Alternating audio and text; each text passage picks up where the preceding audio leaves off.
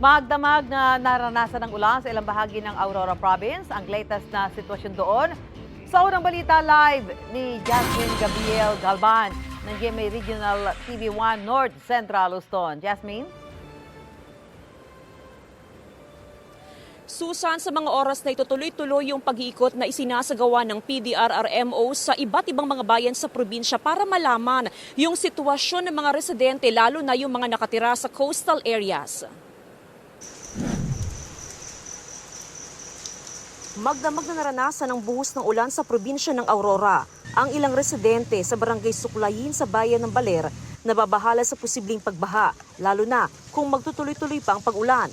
Ang pamilya Soliano, pinakikiramdaman muna ang sitwasyon bago nila simulan ang pagtataas ng mga gamit. Pagka malakas po yung ulan, bumabaha po dun sa likod namin. Pagka po dati hanggang dito po, bumaban po siya. Pag malakas kasi yan, talaga abot dito ang tubig. Dahil sa walang tigil na pag-ulan, naranasan ang landslide sa ilang bahagi ng San Luis. Agad namang nagsagawa ng clearing operation ng Aurora PDRRMO at PNP. Bandang alas 8 ng gabi nang maranasan din ang pagtaas ng alon sa baybayin.